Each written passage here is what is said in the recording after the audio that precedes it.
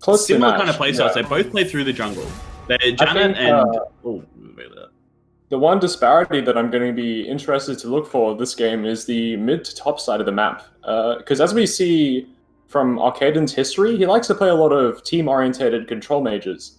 yeah. And I've personally encountered Distortion in my solo queue times here and there, and Distortion is quite a knife's edge playmaking mid laner. You know, of course, Distortion being his name, famous for the Blanc, which is of course going to be banned out instantly from QUT's side. Bit of a sending a message straight away. I mean, when your name's Distortion, that's exactly where you're going to expect. Shen and Olaf also joining the ban list there too. Quite high prized champions, in fact. I mean, Shen is one of these very, very strong. Tronopon is quite a specialist on the champion. He's pretty good on it, I dare say. That is the way to go. He has played one game of Shen so far, did get a win on that, but mostly Renekton has been favoured by the QT top laner so far in this tournament. Lux now joins the ban list as well. Interesting ban to see Lux taken away from this. Yeah, quite strange. I can already understand the power of QT's bans, though. As we could see, as I thought they would play through the mid and top side, banning out Vladimir, because not only does Distortion play it, but UNSW Chubby plays Vladimir actually as a flex pick in the top lane as well. So this is going to be really interesting because, I mean, Albert's, he plays a lot of power farming, scaling AD jungle champions, which is why the Olaf was removed straight away there. So it's cool that they're just pinching the top part of the map, while UNSW is continuing to remove the ADC pool. Yeah, of course, that final ban, Caitlyn, one of the strongest champions in the game at the moment. Of course, this is patch 10.18, the same as live. I can probably expect to see a blind pick Senna here, potentially. Yeah, Senna, Ashe, Callista, Kate, well not Kate, I'm sorry, Jin are probably the left up 80 carries, but instead a first pick Renekton will come through. Tronopon's actually been playing that pick quite a lot, and I've spoken with him personally. The ability for Renekton to set up ganks for his jungler and tower dives is quite disgusting, as well as his one item spike in the Blade of the Ruined King. Really just completely unbeatable. The ability to press W and erase half of someone's HP. Another interesting pick we haven't seen it come, or could potentially come through here today, is the Lilia pick, as both these junglers have shown a lot of prowess on it, especially Janet has played a few Lilia games and looked quite good on it, so maybe that pick could be coming through in the jungle, especially would allow that setup with the Renekton on the top lane. But on the other side, we have Maokai locked in, which I'm expecting to be that enter into Renekton, and Hecarim hovered here could be locked in, and if it is, that's a very powerful jungle champion that's definitely prevalent in the meta at the moment. And something that Ida Albert's quite comfortable in, as I said, the AD power clearing junglers, he's quite proficient in pretty much all of them. And it's quite funny, actually, that we've seen the top lanes picked in first for both teams. I guess Chubby is confident that he can play into the Renekton on the Maokai. I mean, interestingly taking that Maokai into it, especially given the fact that you did say earlier Renekton prefers that Blade of the Ruined King kind of builds. We see Graves, the jungler, locked in as well as an Ashe, which I like very much as that AD carry. Graves is pretty strong considering when he plays into the Hecarim, right? The Graves grit passive allows him to stack up a lot of armor in the early 1v1s, so Hecarim basically has zero skirmish potential against the Graves. Yeah, it's going to be look to win that Battle of the Jungle, especially here in pick ban already. Ashe will be locked in here for QT Simo down in the bottom. We'll have to see what the answer is for UNSW. A lot of top tier 80 carries still left up and available. The Ashe, I think, is I'd say the premier one outside of the Caitlyn, of course. I didn't think they'd go past Ashe. I'm really interested to see no Senna picks or banned this game so far. Yeah, Senna traditionally that answer to Caitlyn can also be taken in a support role too. It looks like this Ezreal will be the answer here for UNSW down in that bot lane. Not a champion that I think is particularly the best to take, but has been his most played AD carry so far. Yeah, I think it's just mostly being comfortable on it more than anything else. Yeah, and interesting to see the actual Ulasai. The AD carry here is his first game in AD carries. We played jungle the last two times he appeared for this UNSW roster. And Aviator, who has been their traditional AD carry throughout the rest of their matches and has probably looked like the best AD carry in the Intervarsity League outside of maybe Farmer for UQ here, is not playing tonight. So that definitely will hurt UNSW as QT have that same 5-man roster they've stuck with throughout the entire tournament. Right, but I still want to point out that Flick is a bit of a newcomer to support, actually. He's mainly a jungle player as much as I know him for in solo queue, but he's still able to play those playmaking engage supports quite proficiently. Yeah, well, jungle and support are the two roles that are actually quite similar. Of course, Flick was one of the first people to ever get on the QT OCS team back in 2017-16, I believe. Well, has been an OCS player since back then. So Flick, obviously a player of quite high caliber here in the support role for QT. Very similar to main of a high arc, changing around from those different roles, mid, jungle, and support, as Syndra and Zoe taking off the board Cassio as well. So maybe this last one will be another mid lane ban, maybe taking out the Azir, another one of those top tier mid laners. This game. But that could definitely be a win condition here for UNSW. Arcanid has, Arachnid. Arcadian has looked a little bit shaky actually, as in that lane phase during the middle, in that middle role, has the most deaths out of any QT player with 12. Up there in that role, and could definitely be an area to exploit. He has played a lot of non-traditional mid laners. One game on the Ariana, one on the Ornn, one on the Yone, and one on the Galio. So a different champion has come out every time. Yeah, honestly, I think a Galio blind picking when they're leaving the last pick to Distortion for Red 5. I think Galio is probably the safest option and one that Arcadian is probably the most comfortable with. Whether or not we'll see something else will be interesting for sure. I'm interested to see if that's Karma support or Karma mid locked in. I'm expecting Karma support, but I suppose we'll see soon enough. As here comes the blue 5 pick, this will be the determining factor in the draft. Karma locked in. Flick down in the bot lane. Has already played that champion before, so you'd expect it to go towards that bot lane. So alone, Karma hasn't been that good for a while, as the Thresh was locked in for Migs here. A very strong support, not something you see traditionally paired with an Ezreal, but Flick's Thresh has been one of those playmaking picks he's renowned for. He loves going for those playmakers, and of course that Galio will be locked in there in the mid lane for Arcadian. So the comp is now locked in for QT. Yeah, they pinched Distortion's champion pool quite heavily here. They've set basically 3 bans towards him, so I'm really anticipating to see what will come. Maybe we'll see a Sylas, is my prediction. I mean, if Azir's still up and available, that's probably the top tier mid laner. But as you are reigning right there, as a Sylas will be locked in fact, and taken here by that UNSW mid laner. Interesting, it's a very good Sylas game, has a lot of playmaking ultimates available. Both these team comps look quite balanced and even. The only worry I have for UNSW is they might not have a lot of damage in the early game. Sylas really needs to be ahead to deal a large DPS, and QT going to heavily rely on Graves and Ashe to put out that damage in the later stages of the game. Yeah, and I think UNSW are going to have a really hard time looking at objectives when basically Hecarim is a really squishy champion until he completes 1 to 2 items. And looking at an objective that has a Graves and a Galio with a Blade of the Rune King connected potentially on the flank or holding a TP is a very scary proposition. Yeah, that's the precise angle here. I mean, QT's comp is a lot more balanced, I would say, in terms of, that damage profile. I think UNSW are lacking a little bit in the damage. I would definitely like to see them play a little bit more aggressively around this mid lane. I think in the early game, they haven't got a lot of options to play through. Looking at just these two compositions and giving these teams records, who do you think is going to take the game so far today? I know the power of the Renekton in the top side, and I think the game's tempo is going to be determined by what happens at that one-item spike. When the Renekton completes the Blade of the Ruin King, is the Maokai going to be strong enough to fend him off, or is the top side of the map going to be completely blown open? That's really interesting, and Janet actually, with his Phase Rush and Nimbus Cloak, is going to take an Ignite instead of Flash. I've seen this go multiple ways. I mean, neither of these junglers are actually sporting that Flash Rune, Ghost and Ignite. I mean, Ghost on Hecarim is definitely more usual. Both of them with the Phase Rush as well. You see Conqueror not taken. Generally, you'll either take the Phase Rush.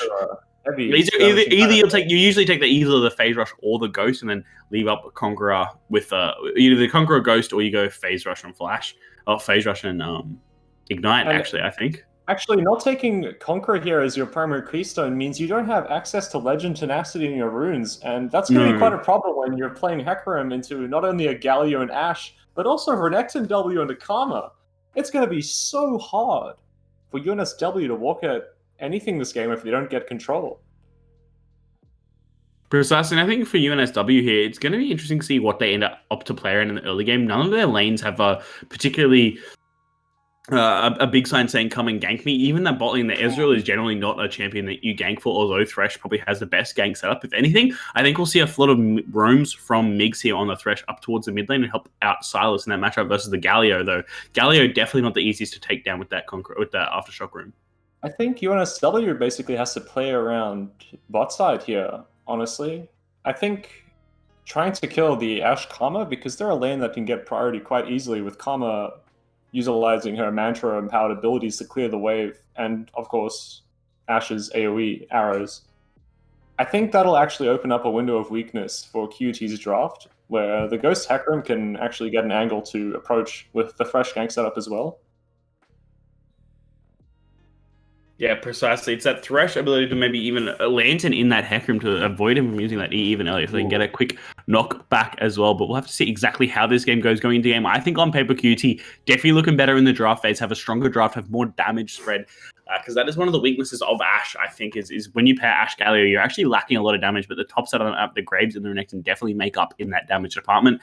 I think the top lane here for QT is going to be the focus. I think early on this, Renekton should be able to absolutely punch through this Maokai's health bar. Once he gets a Blade of the Ruin King, we'll be able to just decimate the health bar this Maokai pertains. And with the Ignite as well, the healing will be reduced. And I think that's going to be where QT look to play through Tron the Bombers. Ashe and Karma are definitely safe enough to kind of sustain any pressure that comes away. And of course, the Gallia ultimate able to join anybody at any point in that heroic entry. That's going to be quite crucial about how it's used throughout the duration of this match. And just while we're waiting for someone's Waffle Iron PC to finish loading in here, I just want to also talk about the rune choice for Sylas. We've seen Fleet obviously in a lot of matchups for Sylas's ability to max Q for wave clear, build early AP items, and also basically sustain through his genuinely awful laning phase. But I don't think that Fleet is necessary when you're playing into a Galio, when you can expect to basically be, breaking social distancing rules from mid-game onwards. I feel like Conqueror would be such high value here for Distortion. Yeah, Conqueror is generally the rune on the Sylas for that. Fleet just allows you a little bit more sustain in the lane. Of course, if you're going to go for QMax 2, it gives you a bit of movement speed as well. And Sylas really needs to get ahead to take full advantage of the Conqueror rune, but I feel like since the recent nerfs, he's not as strong in able to get through this game. But as we are quickly loading on to some of this, we won't have to wait too much longer for this big black screen to go away. And we'll have to see. We have 200 years of client development as the spectator is experiencing some sort of delay. It's Arcadian. It was his PC causing an issue, I suppose. The QC team just going to quickly reconnect here. Yeah, a quick pause as we instantly drop it again. Hopefully we don't have too many of these tonight, as that is... And you know what I like to see? I like to see in the first 7 seconds before we even walked out of base, the Renekton has already bought Blade of the Rune King. He knows what he's going to do in lane. No Doran Shield for him. No, the Doran Shield definitely not what this Renekton wants. I mean, there's a fair bit of poke that can come down from those saplings, but Maokai hasn't really been meta up in topside for a while. Pretty sure he had a brief amount of period where he was good into Aatrox, was a bit of a counter to Aatrox, and has mainly been used as support in a competitive level right, for that use. Yeah, paired with a fasting center. I mean, also just taken as a support too. I've seen that happen. The ultimate there from the Nature's Grasp from the Maokai is one of the strongest ones, and hopefully we have some strong skin game coming into this too. Of course, on Tournament Realm, all skins are enabled except the ones that are impossible to see. For example, the green Papercraft Nivea. That one's banned. I Blitzcrank. I like of course, Debonair Gallia. Seeing a fine stone gentleman such as himself perched upon the mid lane is always a sight to see. But I'm interested to see why he didn't opt for the Infernal Gallia with the green Mountain Dew flavor chroma. That's my personal favorite. I think my personal favorite is the Gatekeeper Gallia, the legendary skin. I like that one quite a bit. Big old. If I ever have a supreme sense that the enemy has someone on their Plat 1 promos and they're 2 wins, 2 losses into their Plat 1 promos, I would pick the Gatekeeper Gallia so I can gatekeep them out of Diamond. That would be the optimal play. Isn't there someone in solo queue with a nickname called the Gatekeeper of D4? I wouldn't be surprised. And if anyone's in their promos, he just ints. I'm pretty sure there's a player that does that. That's beautiful. As we see now, the team should be on to risk. We're out of pause, and we should be quickly seeing how these teams go. I mean, interesting to see what these junglers actually opt to go in the early game, and we could possibly see an invade too from both of these sides. They have quite strong level 1s. I'd probably give the edge to QT, I think, in level 1 trade. Because I think Ashe is like one of the strongest level 1 champions in the game, isn't she? Right, but the problem she just perma slow. I don't think either of them can really happen level 1. Their team has too much disengage on both sides. You know, you've got the Thresh play with Aftershock. Ezreal could just late level E. Hecarim can Ghost away. There's... Yeah. There's too much disengage on both sides, yeah. Yeah, so we're just going to see a standard 5-point spread from both teams. Interesting, Hecarim looking to start towards the bot side. I expect him to start top side so he can path towards that bottom lane, where we're going to expect a lot of ganks. And I expect Graves to do the opposite and path from bot to top. Yeah, and yeah, it looks like Graves going to be starting without a leash, actually. Interesting. Is that a normal thing for Graves jungle pathing? Yes, well, starting without a leash allows not only your starting point to be ambiguous if the enemy hasn't scouted you, but also, as we can see, the bot lane for QUT setting up for a bit of a cheese here, where they get some strong poke off initially with the empowered Mantra Karma ability. See already they're chunking onto Ulossi, already reducing him to about a quarter down of his health. And that just lets him establish early lane prior, some strength of the Graves. Yeah, and that is one of the things, especially in a lane against an Ezreal who has a lot of push power. With this Karma Ezreal, you have the double range, so you have some kind of fight back against this Ezreal early poke. You see it landing from a Uli already, doing a lot of damage down to Flick. The issue is they're not going to have access to level 2 first, and Chubby actually on the Maokai is going to have quite some difficulties here. Because he leashed for his jungler, they know where Ida Albert has started from, and also Chubby is not going to have access to level 2 first in a Renekton lane.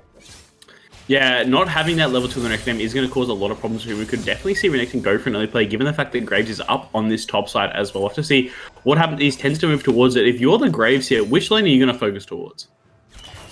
I think playing to play for a strong top side is definitely the play. As we can see, the Renekton W allows him to basically instantaneously press the attack and then just utilize his Ruthless Predator to heal up from the wave. And there's not real much interaction that Chubby has available to him. And yeah, as I can see, Graves is invading from the top side. Well, to see a little bit of a trade here down towards the bot side. Ida Albert takes a few tower shots, is chunking quietly. The Ignite ticking down on his health bar as Meeks flashes in. Flick floating quite low as well. The Ignite gets dropped down until it could potentially go down as we see the shield coming through and will barely save his life. Meeks maybe not be able to get out as he's getting chased down by those Ashe autos. And so going up to the top side, Meeks has no flash available. Hash has gone down. Maybe we'll just barely stay alive. No summons we burnt from QT to get him, and that's an explosive early gank, the first one of the game, but not coming out in the team in favor. Yeah, it's quite interesting to see Simmer give that up. We'll just see again on the top side, just chunking out Chubby so low. The Graves is here. No matter what, getting away, the Ignite gets dropped by the Graves, and First Blood is over to QUT and Janet up on the top side. So both junglers, one gank each, one opposite side of the map, but very different results for both of them. Right, and that's just the strength of a Renekton with press the attack and its empowered auto attacks. The ability to just instantaneously press the attack actually had Janet stop doing the enemy's Raptor camp and piled all the way up to the top side. Yeah, allowing that press attack, of course, gives 12% damage to all other incoming sources on your team. So if you're proccing that in a team fight on a crucial carry, you could get chunked down very soon. As Graves might be running towards the mid lane here. The taunt comes through into Destorian. Will get caught up. It's very close to the tower. Near sight comes through and unfortunately will just get away. QT unable to grab another kill in that mid lane. But no mana here on Distortion. A big wave getting shoved in as well. It's looking surprisingly in Arcadian's favor here in this mid lane, given the fact that, you know, he's definitely been weaker in that lane phase. You see Tron just doing a lot of poking onto Chubby. Right, and I'm actually impressed that Chubby made his way back up to top lane, dropping only about half a level's worth of experience just to keep his teleport. I think that's really crucial here. Yeah, having that teleport ability to make plays around this bot at the side they want to play it against them. The two laners they want to get ahead. That's exactly what UNSW are going to want to do if they want to compete against this QT side. It's already gotten off to a fantastic start. Actually opting to teleport in aggressively to shove his lane in. This is going to basically lock Chubby into lane, sitting in wave clear jail, as I like to call it. And if Chubby ever wants to get a reset, which is going to be suboptimal time, because Thunder Palm will not only be able to shove and roam, but also potentially smack the tower, then Chubby has to match his teleport, so... Ida Albert down here on the bot side once again could maybe be looking for something too. And not on the wall. Flick well and truly back, but Little Sumo still caught up, has the flash and heal available, so not much should happen. Goes in here though. Little Sumo poked very low, but no follow-up will come through. Another gank down to the bot side, but again, no result here for UNSW. Right, and there's so much trading happening all across the map. Silas, of course, just healing up from all these trades. The Renekton just chunking this Maokai. the W, press the attack proc, and dash out with his slice and dice. Yeah, has that Stomach Vampiric Scepter picked up as well, so has even more sustain in this lane as he's trading into this Maokai. The Maokai has gone back and picked up a cloth armor, so that instant Ninja Tabai rush I'm expecting to come through from him will help reduce the damage quite a bit, as Arcadian this mid lane does have the Hero's Entrance available, could potentially look to make a play around the map. As on the problem, going to pop this Demolish in the face of Chubby, and there's nothing he can do against this Renekton, who is, I mean, if he pops Ultimate, the Dominus here could potentially even look for a dive under tower. And that's exactly what I said about Tron's aggressive TP back to top lane. Chubby's still got his TP, sure, but what does he lose when he has to drop it? He loses not only a wave, but potentially, while basing, he could just get third. So now he's trapped in that wave clear jail.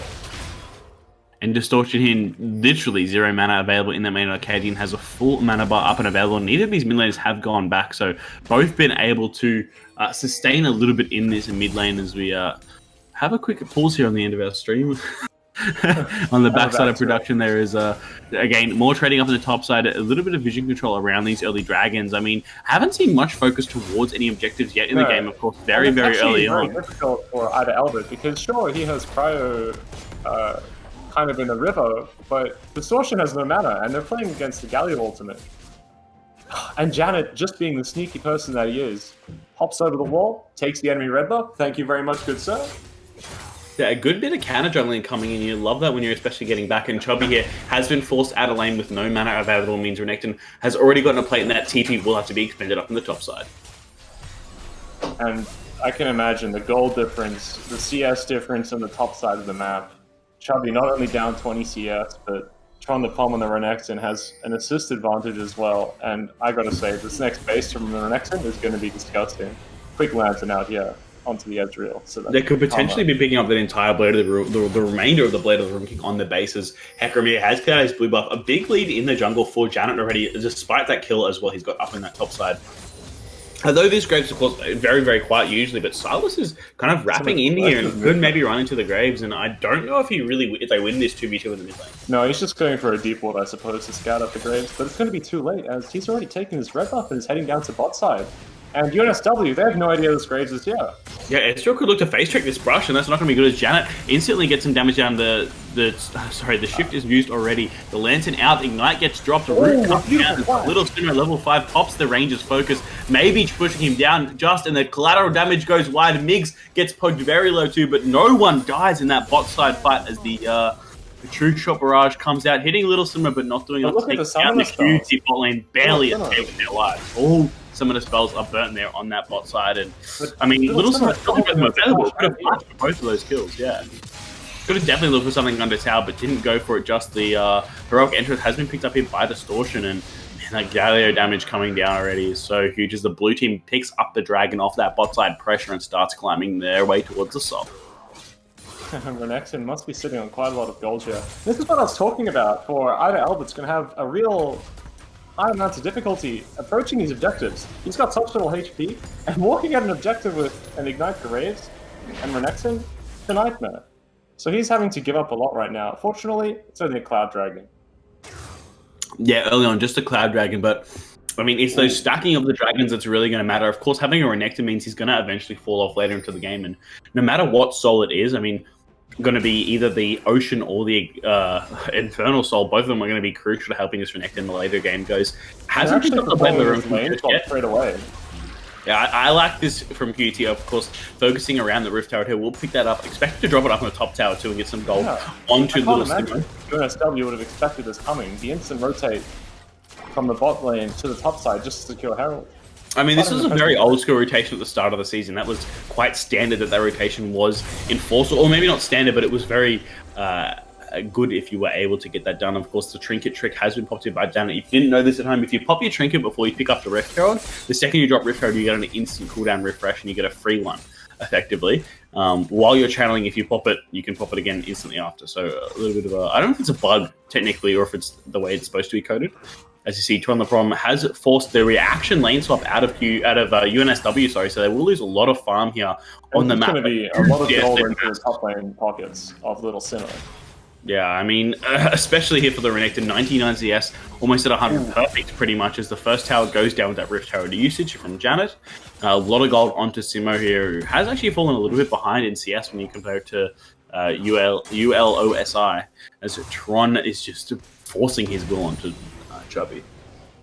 Quite interesting, this matchup in the mid lane. Of course, not much rotation from either mid laners, but the Sylas is actually allowed to trade pretty aggressively onto this Galio since he knows where Graves is, and I can imagine the healing from the Sylas is quite easy to pull off when you can simply Sylas dash away from the Galio's taunt.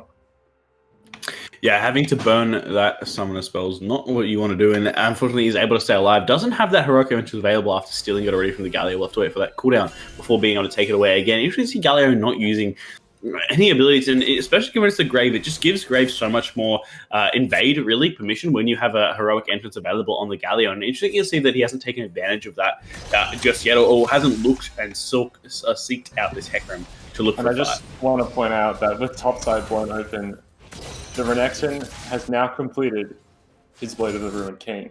Yeah, 1,000 gold, in fact, is advantage over Chubby there. Gold leads across the map for QT in total, a 3,000 gold lead, or 2,500 gold lead, sorry, has amassed in their favor. As you see, the Renekton just putting their pressure up on this top side, the 2v1 being enforced here from QT. They look to get a lot of plays towards this. And this is so much gold into the pockets of QT's bot lane. Yeah, of course, having the entire turret topside into their favor, plus this bot lane tower, it gets chunked down as the Graves is looking around. They can maybe look at something as Chubby's health bar is getting poked down further and further, despite the fact that Thornmail is, in fact, wailing back onto him as we see QT moving around, going to set up for this second dragon here. Definitely have control over the map as all three both the jungles down towards the spot side and maybe look for a fight. And Simo just absolutely peeling back the layers on this tower. Janet helping himself to a nice little serving of Albert's Gromp. And looks like we're going to see some up in the middle here. Galio very, very low. Just barely staying alive. Obviously, we missed the majority of that fight. The Enchanted Crystal Arrow came through, must have landed as well, but the directed camera didn't, in fact, take us there, unfortunately. So and we didn't get to see that exchange. Distortion picking up an early Mercury's treads is going to help him so much in this game when, I mean, being a melee range Sylas into Galio and potentially Renekton W and a cross-map Ash arrow is quite scary. And Janet actually picking up the smite onto Ida Albert's blue buff. Thank you, sir.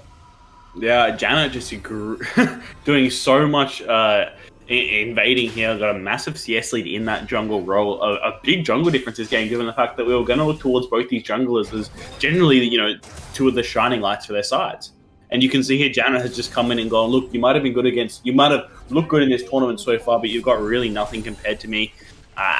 In terms of the jungle 1v1 matchup, is he's going to go towards a lethality Graves build here as well. And we haven't seen much from the Renekton because top lane has had a freeze held on Chonda Pum from Migs and UNSW, but now we have Renekton with this Blade of the Ruined King ultimate available, and we're coming towards the second dragon.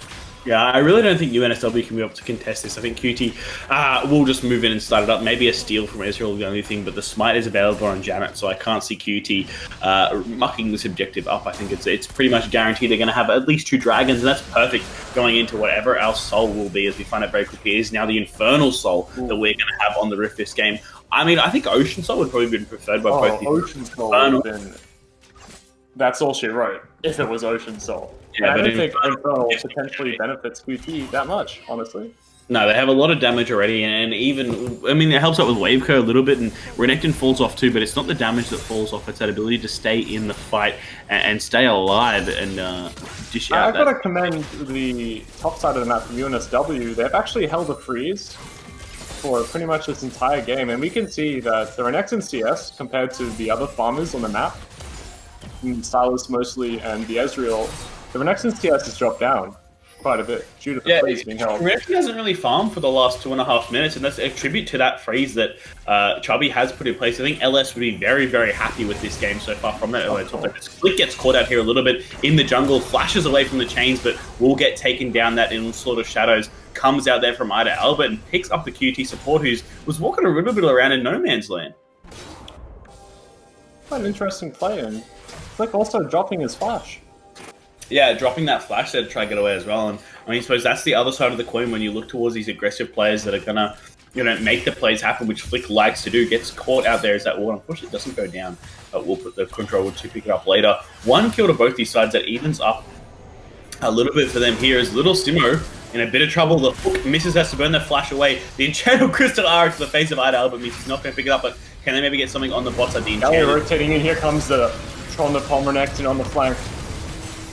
I mean, both Galio ultimates here. Everyone's involved. A big taunt on the top side there from Arcadian who takes down Ida Albert. Still under tower. UNSW as Chubby on the backside isn't going to get out versus 3 members of QT. Very low health bars across here. UNSW as Arcadian goes in once again. Have to wait for that taunt to be up. Gets it onto Migs as he will get taken down as well. And Arcadian has gotten 2 kills from the entire fight. 2 kills on Janet as well. Distortion running away, but Janet's here to find him as that Ignite up as well. Drops it down and just... welcome to my jungle. Oh, one tick on the Ignite, jumps forward and picks up that kill. QT picking up the full clean ace, 5-0, and that's an explosion this game. So Janet's just making himself at home. He's got his shoes, he's running on the welcome mat, and he's saying, "What's this? This isn't Gromp, it's a Silas camp, but I'll take it just all the same." Yeah, this is my jungle. He's making it his own. He's the King Kong of the entire Rift at the moment. Janet, 3 kills on this Graves. Has been exemplary so far this game. And the amount of damage massive fight Tron the Pom was able to soak up with the Dominus was insane. The biggest contender fight is UNSW started it. UNSW looked for the engage. They looked for something to try and pick out Little Simo, but the kite from this Ash is so unbelievably incredible. The frost shot able to kite out the rest of it and pump the damage back into the face of UNSW and ultimately take out the rest of the team. Albert blew his ultimate on the Ash earlier. So, sure, Chubby got the Nature's Grasp onto 4 players, but no one was able to really follow up. Yeah, Ida Albert had burnt that just previously onto Flick in the jungle to pick up a kill onto him, but he was up and alive, Flick was, for that second fight, and they really couldn't do much without that on-side of Shadows available. The Hecarim obviously only just completed that Triforce, which is kind of his big power spike item, so, will be a little more influential on the map. Interesting to see the Hextech GLP picked up here for Silas in the mid lane, the Proto Belt for Galio. Both of these mid lanes going for quite similar builds as Simo has rotated into the mid lane. The last lane that this bot lane duo hasn't been in and available as Arcadian could get a lot of wars around this Rift Corridor, probably the next focus of both these sides. It's if there was but a single moment that UNSW could find themselves back into this game, I believe it could be Ezreal completing his Manamune spike. Now that Albert's got his Triforce, and now Chubby has not only his Bramble Vest, but a completed Sunfire. Yeah, the double armor there, but I mean, in that last team fight, the biggest MVP there was Arcadian on the Galio. It's just so much CC that can be put down by this champion. Got a 3-man taunt under the tower, was absolutely crucial. As a Rift had picked up by QT, popped here, and will knock down this last tier 1 tower. Is Arcadian here taking a 1v1 trade versus Distortion. Distortion opting into it with that Kingslayer, dealing back a lot of HP, but unfortunately for both these mid laners, that is very tanky bruiser AP, but neither of them are going to do too much. That mid lane tower goes down. They're just smacking each other and not doing much. This is hilarious. A bunch of bruisery, tenacity-filled boys just really angsty with each other. They're just smacking each other saying, oi, oi, oi, oi. But, you take some of my health, good sir, I'll take some of yours. Alright. And both of them enough lifesteal to heal it. Well, Spell Vamp, I suppose, to heal it back up then as well as we see. In this mid lane here, the tower did fall, so QT definitely full control of this map, and almost a perfect game. That one kill that went down towards Flick just before that fight erupted was really the only mistake QT have had so far this game. As the Reds have invaded, that top lane tower will go down, but on soul point QT now are, and that puts a lot of pressure across the map for UNSW. I mean, what is having these dragons? The Janet Tron the Pom duo just, I don't want to say holding each other's hand. I want to say shaking each other's hand around the map this entire game, doing objectives almost on spawn. Because you just can't walk at either of them when they not only have a Galio shadowing them, but the Renekton's strength. It's obscene. Yeah, I mean, it picked up this Blade of the Rune King Black Cleaver will be completed, I'm assuming, quite surely. Has picked up the Kindred Gem plus the Core Hammer. And I just want to point out the damage synergy between Graves building Lethality and the Renekton with his Black Cleaver. That's beautiful. The shopkeeper the shopkeeper would be proud. Yeah, shredding the armor and then Graves to blow that reduced armor out of the water with the press the attack spike as well, of course. That Adam as Impaler helps with the vision. It kind of acts as a second sweeper, I suppose, that Dustblade used to do, and obviously that's why he's picked up that. Interesting. Hopefully he goes next towards the Death Dance, because I think the Graves would used to be Death Dance and Black Fever after the Warrior Enchant. I mean, you know lethality when you're ahead, like this ahead as he is, and I think lethality definitely the way to go in this game so far. As Ezreal has now picked up his Iceborne Gauntlet, so definitely UNSW needs to find a way to fight. Yeah, the Manamune completed, that Iceborne Gauntlet picked up. You definitely want to fight now if you're UNSW, even though, I mean, double lethality here picked up by the Graves. Looks like he's going towards that Knight's Edge as his third item. I think Styles is going to reset for his items too. No, we'll just pick up the arm that this one is not able to complete yet. And I don't know. I actually don't know if UNSW can ever fight QT until it gets to late game, right? I think Renekton at the moment is just way too powerful. Graves as well. I mean, they're both fostering around this Baron, who is up and available. I mean, QT definitely can do this Baron at any time they want to. They're strong enough ahead as a fight goes in here. Flick instantly hooked in, engaged, taken down on the top side of those. Little Simo getting poked out further and further. Will be taken down by UNSW. A good pick both sides. Beautiful. Comes in with a three-man taunt. Ida Albert low on health, but in the front line, Distortion goes down. Over the wall goes Trust, the Prom, and low health bars everywhere for the Renekton as Janet's now on a rampage. Picking up another kill onto Ezreal. Double kill for the Graves. Now is Chubby, the last one running away with Ida Albert, getting out with a sliver of HP. Chubby in this when they're trying to get around. The slow comes down, but QT unable to take him down. And it goes around. One comes through from Chubby, and that will be another kill for QT. A killing spree now for the top side. 5-0 on this Graves, 3-0 on the Renekton. QT's top side is looking very sharp, and they look to move towards the Baron.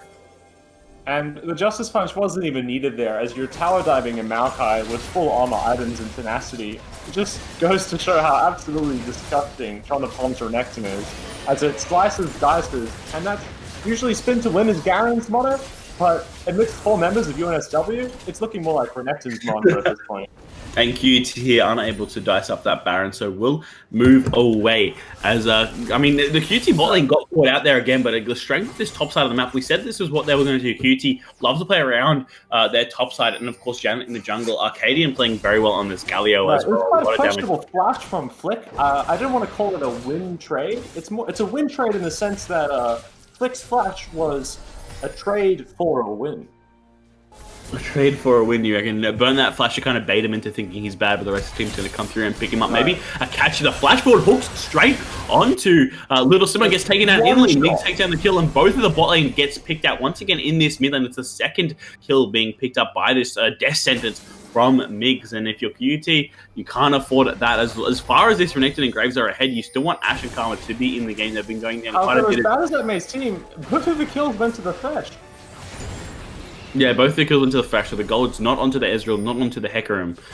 So that gold onto the support isn't going to be as impactful. So he's going to make sure he stops taking those Migs. You can't be taking those kills. You need to give that gold over to your carries. But it was quite a well-played play into hook from the Thresh, but the death sentence goes wide, just from Graves being able to quick draw over the wall. Good awareness from Janet. Yeah, that Graves, a very slippery sucker he is, as 2 of the Thaliards have been picked up. This next Dragon up in 30 seconds, of course, everyone on the map, and Chonapom getting poked very low, looks for this press the attack proc onto the Ulai, gets out, the collateral damage taken to 1 HP, then Chesney Crystal Arrow comes through and misses as well. Chonapom very low, the True Shot Barrage takes him down, pops that ability, Distortion gets him back, Albert comes to the back of the Onslaught of Shadows, picks up a kill onto Rick and gets the shutdown, but will trade his life in return. Migs and Yulsai very low here in return. The Flay will end Thresh's life as a double kill goes over to Janet. 7-0 on this Graves as Chubby gets away by this bot lane, but I don't think they have enough damage to poke through the armor. Flick here getting pulled back in, but the range is focused, taking Chubby's health where the Leatheron gets pop, will do % health damage, and Rooted Up comes in for that final kill. Barely alive, Little Simo pops down, but the shield from the Galio comes in and finishes it off. Chubby goes down, and that almost taking Little Simo and Flick with him. And then the Dragon Soul picked up here by the Graves on the mean side of that fight, and QT looking very firm control of this game now with that Infernal Soul picked up. And I just want to point out, it was really interesting to see how the Ezreal decided to take a quick trade with the Renekton, thinking, I've got Iceborne, I'm fine here. And then Ezreal blinked, and half his health was gone. Yeah, the Ezreal put out. A big amount of damage coming through. The shutdown also did go over to this Hecarim, so he will get a big spike in gold from taking down that Renekton. But Death Dance is now going to be the third item picked up here by Tron the Pom, as the Baron, the big purple worm, is going to be what these two sides are looking towards, what they've been fighting over the whole time. And on the backside of that fight, I mean, UNSW keep looking for these engages, keep looking for these picks, but QT keep winning overall. They've just got such a stronger come at you comp. They've got that disengage with the Karma, with the Ashe, with the Galio as well. So much stop from coming on us, and they're always being able to turn at this point in the game, it's topside wallet diff. Yeah. It's a real issue. UNSW actually have control of the pit here. Yeah, as you see, a taunt coming in from Ida Albert is beautiful. Alone here as Arcadian will go down as the Donny is golden. Could maybe stay alive for one more second, gets the taunt down, but gets shut down as Migs and Ida Albert are very low collateral damage taken down. Flick will pick up the kill onto the enemy support as Little Samo looks out of position, gets taken down as well. This fight definitely going heavily in favor of UNSW, but look out for the Pom on the backside. Ezreal flashing over the wall, trying to get away. So the Pom goes to try to get someone down. Low health bars everywhere, but can't get enough down. Janet is still alive for QC, Flick as well. But unfortunately, UNSW finally, with a team fight win, has put him right back in this game. Shutdowns claimed onto that Galio in the mid lane, and Janet still unkillable so far in this game, and he's that big key member that they need to take down. It was so sad to see the Renekton spin amongst 4 people, but his health bar barely moved. Yeah, I mean, you said it yourself, right? Once this Ezreal picks up that Mirror Mana plus a Sheen spike, he becomes so strong, he shoots out so much damage. Going towards the Blade of the Ruin King, I think maybe Hextech Gunblade could potentially be that too, but with that other longsword in there, I'm expecting a Blade of the Ruin King on this Ezreal. We'll be able to punch through the health bars of the QT top and mid laners, and you know that's the damage coming up from Ezreal in the mid game where he really starts to spike. Has instantly picked up that Blade of the Ruin King after shutdown going over in his favor. QT definitely looks in control, have the Infernal Soul, but I mean, they went down in a big fight to UNSW, and potentially the Elder Dragon, which is spawning in 3.5 minutes, could be where UNSW look to make their stand. If they can win another team fight there, pick up that Dragon, this game goes straight back into their control, and they do have the scaling. They have the Ezra, which is going to do a lot more damage in the later game. They have the Maokai, it's going to be able to stay alive for a lot longer. Silence as well is going to get bigger and bigger once he gets that Death Cap picked up, as he's heavily trying to farm and catch up into that top side, and UNSW are potentially get back into this game. One thing UNSW can see here is that the Graves, he has Merc Treads, he has lethality and AD, he's got levels, but the one thing he doesn't have is armor. And I know a big horse that gets several hundred AD when he ults in with Ghost available. Graves could potentially get one shot by the Hecarim. I am a Hecarim limit tester myself. Yeah, he has a lot of armor tread, in fact, with of course that Mortal Reminder and the the lethality being stacked up, as well as that bot lane tower does go down. Tron the Pom constantly splitting in that side lane. QT looking to posture, but look at what I here by Ida Albert. Oh, but there was a fantastic smoke screen there for Janet to dissuade the engage there out of the UNSW side. And Janet doesn't have any armor. No, he doesn't. As Big goes in here, Janet gets taken down so quickly. The first kill is he's still alive. This Graves barely on the backside, 1 HP. Finally goes over, but it goes down to the threat. But his W1 Ida Albert gets taken down by Arcadian. Low health bars once again from UNSW, and top of Tom has come in the backside. A huge slice and dice, a nice slice and dice are coming through onto the story, and he's down to 1 HP, but does take down from the Pom. Will in that golden phase as Arcadian barely hit, gets a kill on his own. Migs 1 HP, but Galio is a double kill, both of them. Flick could maybe be looking for it, but Chubby's around too, and Flick is very, very low.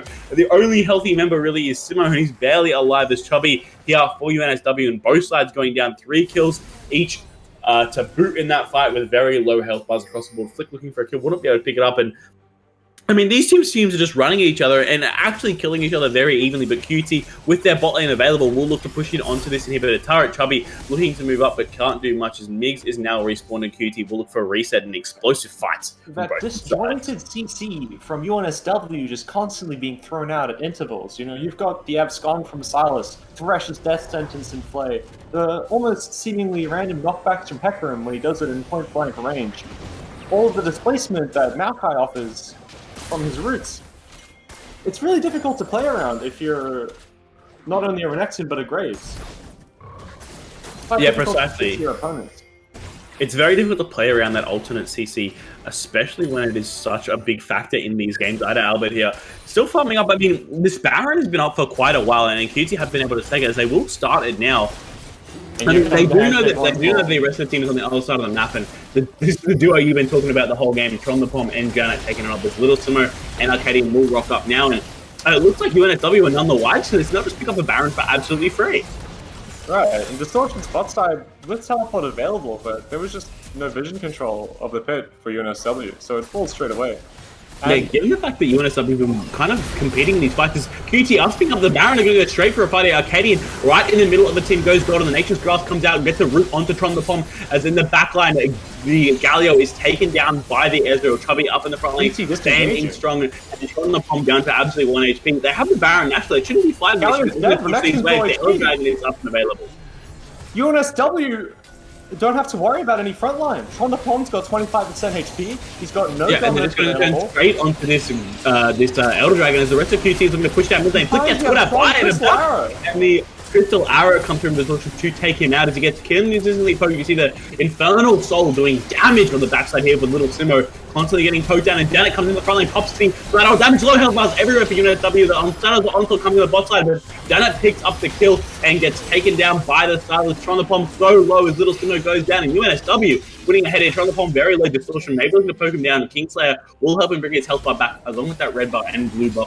Picking up Tron the Pom, the last one is Baron available, and QT just went for that big Baron buff, made a fantastic play, but gave it straight away, and the Elder Dragon over to them as the teleport comes in here from Arcadian. The Elder Dragon maybe keeping him alive, low health bars everywhere as the Galio ultimate and maybe to get himself back out again. And interesting teleport, just engaged there from Arcadian, barely surviving, and UNSW have turned this game around with that Elder Dragon. It means the team fight's going to be so much harder for QT to win, and with 5k gold advantage, what are QT doing wrong in these fights?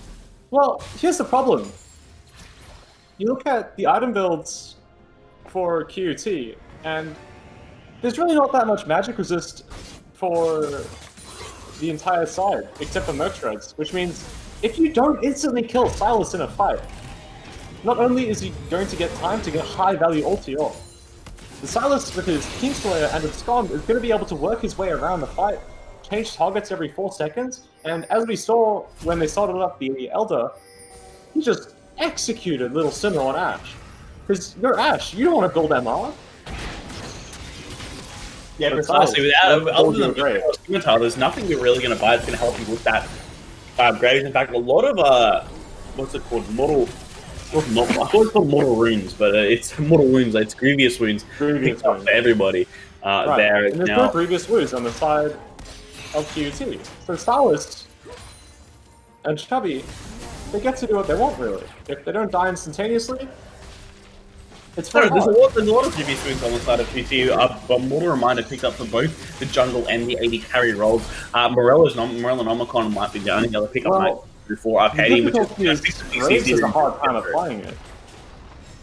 Yeah, of course, he's unable to. I mean, he's had a couple of 4-man collateral damage spread out. I think definitely the Morellos and the Galio is going to be the easiest way to apply it to everybody. He's constantly getting into Morello's fights, getting 4 5-man taunts, and of course the Winds of War as well, coming through to do a lot of AoE damage. As the Siege starts here from UNSW, the Elder buff definitely strong and alive on at least 3 of those members there. Oh, the ultimate comes through from Silas on the top of Pom, but the death sentence afterwards, unfortunately, not sending anyone to that realm underneath, as the QT stays alive and defending it resiliently, this mid lane tier 1 tower. Oh, Tron the Pom's backing, and he's picking the ward behind the enemy's Raptor pit. Hold your breath. I mean, there's a big wave pushing in here on the bot side for QT, and then here we go. Equally, the top side, the teleport does come in. The Internal Crusader comes out onto Chubby, a big fight coming through. The taunt from Galio is not going to find anyone, but on the backline, top of Pom is into 3 members. An engage from QT gets him out of the way. USI on the Ezreal on the backline, and this Connected, who is so huge, is able to get them back on the onslaught of shadows. Both of these backlines being dug very heavily, but UNSW with the Elder Dragon is going to get destroyed, and Janet slaying the Thresh here is Arcadian, trying to take down the Ezreal, the last one standing. Some low health bars for him, maybe the snipe away, but Little Simo will stand and block as Tron the Pom takes down this inhibitor, and QUT winning a fight, a fantastic engage, a good teleport flank here from Tron the Pom. 40 seconds on these timers. I mean, they're going to have to look to end here if they want to take this game. And Tron the Pom really the only front and the only health bars available to kind of go onto this Ezreal, who's going to be able to constantly poke them back and forth. Very, very decisive. They move straight towards the Nexus Tower to the Demolish Box coming through. Very low, one left standing. Tron the Pom goes onto Yulai, gets stunned up with that damage gun. The Nexus is now exposed. QT will move onto it and take this game out in explosive fashion.